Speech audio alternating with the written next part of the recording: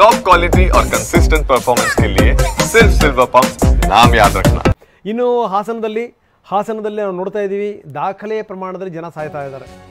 Heart attack hub ಆಗಿಬಿಟ್ಟಿದೆ ಹಾಸನ. ಆದರೆ ಇಲ್ಲಿ ತನಕ ಜಿಲ್ಲಾ ಉಸ್ತುವಾರಿ ಸಚಿವರು ಯಾವುದೇ ಮೀಟಿಂಗ್ ಮಾಡಿಲ್ಲ ಅನ್ನುವಂಥ ಆರೋಪ. 3 ತಿಂಗಳಿಂದ ಹಾಸನ ಜಿಲ್ಲೆ ಕಡೆಗೆ ಬಂದಿಲ್ಲ ಸಚಿವರು. ಯಾಕಂದರೆ ರಾಜಕಾರಣದಲ್ಲಿ ಅವ್ರು ಫುಲ್ ಬ್ಯುಸಿ, ಸ್ಟೇಟ್ಮೆಂಟ್ಗಳ ಮೇಲೆ ಸ್ಟೇಟ್ಮೆಂಟ್ಗಳು ಬರ್ತಾ ಇವೆ. ಇಲ್ಲಿ ನೋಡಿದ್ರೆ ಹೃದಯಾಘಾತದಿಂದ ಜನ ಸಾಯ್ತಾ ಇದ್ದಾರೆ. ಸರಣಿ ಸಾವುಗಳಾದರೂ ಕೂಡ ಜಿಲ್ಲೆಗೆ ಭೇಟಿ ಕೊಟ್ಟಿಲ್ಲ, ಇದಕ್ಕೆ ಸಂಬಂಧಪಟ್ಟಂಗೆ ಮೀಟಿಂಗ್ ಮಾಡಿಲ್ಲ ಅನ್ನುವಂಥ ಆರೋಪ. ಸರ್ಕಾರ ಏನು ಮಾಡಬೇಕು ಅದನ್ನು ಮಾಡ್ತಾ ಇದೆ. ತಜ್ಞರ ಸಮಿತಿಯನ್ನು ಕೂಡ ರಚನೆ ಮಾಡಿದೆ. ತಜ್ಞರು ಇದಕ್ಕೆ ಸಂಬಂಧಪಟ್ಟಂಗೆ ಈಗಾಗಲೇ ತನಿಖೆಯನ್ನು ಶುರು ಮಾಡಿದ್ದಾರೆ, ಅಧ್ಯಯನ ಶುರು ಮಾಡಿದ್ದಾರೆ. ಸೊ ಇದಕ್ಕೆ ಸಂಬಂಧಪಟ್ಟಂಗೆ ಸಿದ್ದರಾಮಯ್ಯನವರಿಗೆ ಖುದ್ದು ರಾಜಣ್ಣ ಪತ್ರ ಬರೆದಿದ್ರು. ಯಾಕಂದರೆ 50 ದಿನದಲ್ಲಿ 35 ಜನ ಸತ್ತಿರೋದು, ಇನ್ನು ಕಾಡಾನೆ ದಾಳಿ ಬೇರೆ, ಅದಕ್ಕೊಂದು 3 ಜನ ಸತ್ತಿದ್ದಾರೆ.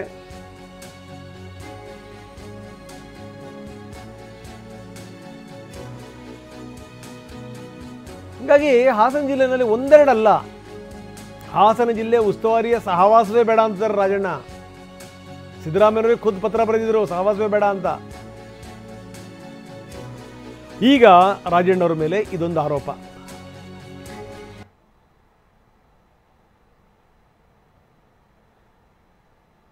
ಹಾಸನದಲ್ಲಿ ಆಗ್ತಿರುವಂಥ ಅವಾಂತರಗಳ ಬಗ್ಗೆ ನಾವು ಮಾತಾಡ್ತಾ ಇದ್ವಿ. 1-2 ಸಂಗತಿಗಳು. ವಿಪರೀತ ಪ್ರಮಾಣದಲ್ಲಿ ಮಳೆ ಬೀಳ್ತಾ ಇದೆ. ಆ ಮಳೆಯ ಅವಾಂತರ ಬೇರೆ ಇದೆ, ಅಲ್ಲಿ ಕಾಡಾನೆಗಳ ಹಾವಳಿ ಇದೆ. ಇಷ್ಟೆಲ್ಲ ಸಾಲದು ಅಂತ ಹೃದಯಾಘಾತ.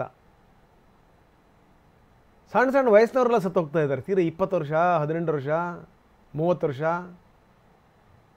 ಈ ಥರ ಏನಾಗ್ತಾ ಇದೆ ಹಾಗಾದರೆ? ಸೊ ಇಷ್ಟೆಲ್ಲ ಆದರೂ ಕೂಡ ಯಾಕೆ ಮಂತ್ರಿಗಳು ಬಂದಿಲ್ಲ ಅನ್ನುವಂಥ ಪ್ರಶ್ನೆ.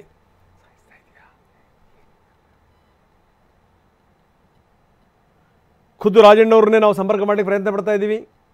ರಾಜಣ್ಣ ಏನು ಹೇಳ್ತಾರೆ ನೋಡೋಣ ಇದಕ್ಕೆ ಸಂಬಂಧಪಟ್ಟಂಗೆ. ಯಾಕಂದರೆ 1-2 ಸಂಗತಿಗಳ, ಈಗ ಕಾಡಾನೆ ದಾಳಿ, ನಾನು 3 ಜನ ಅಂತ ಹೇಳಿದೆ, ಅಲ್ಲ 4 ಜನ ಸತ್ತಿರೋದು. ಸಮಸ್ಯೆಗಳಿದೆ ಜಿಲ್ಲೆಯಲ್ಲಿ, ರೈತರು ಸಂಕಟದಲ್ಲಿದ್ದಾರೆ.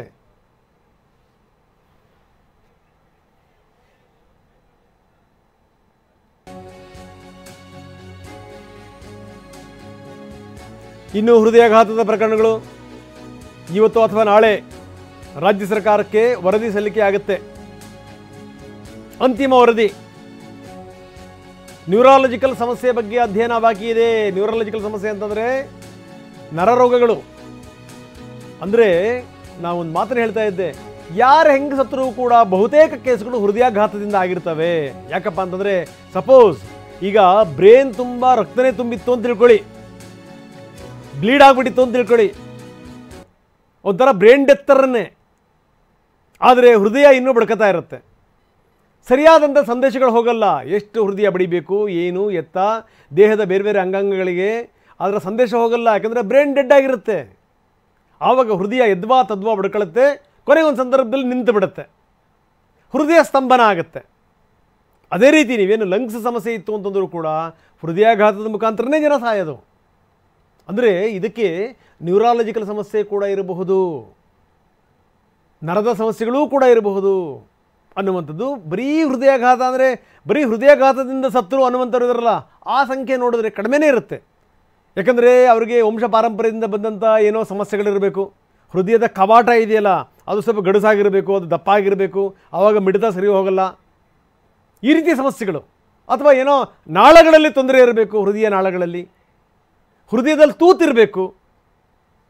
ಈ ರೀತಿಯ ಸಮಸ್ಯೆಗಳಿಂದ ಹೃದಯದ ಕಾಯಿಲೆ ಬಂದು ಸತ್ತೋದ್ರೆ ಅದು ಓಕೆ, ಅದು ಹೃದಯದ ಕಾಯಿಲೆಯಿಂದ ಸತ್ತರು ಅಂತ. ಬೇರೆ ಬೇರೆ ಕಾಯಿಲೆ ಬಂದು ಆ ಕಾಯಿಲೆ ಅಂತಿಮವಾಗಿ ಹೃದಯಾಘಾತದಿಂದ ಎಂಡಾಗುತ್ತೆ ಅಂತಂದರೆ ಅದನ್ನು ನೇರವಾಗಿ ಹೃದಯಾಘಾತದ ಕೇಸ್ ಅಂತ ಕನ್ಸಿಡರ್ ಮಾಡೋಕ್ಕೆ ಆಗಲ್ಲ. ನ್ಯೂರಾಲಜಿಕಲ್ ರಿಪೋರ್ಟ್ ಏನು ಬರುತ್ತೆ ನೋಡೋಣ.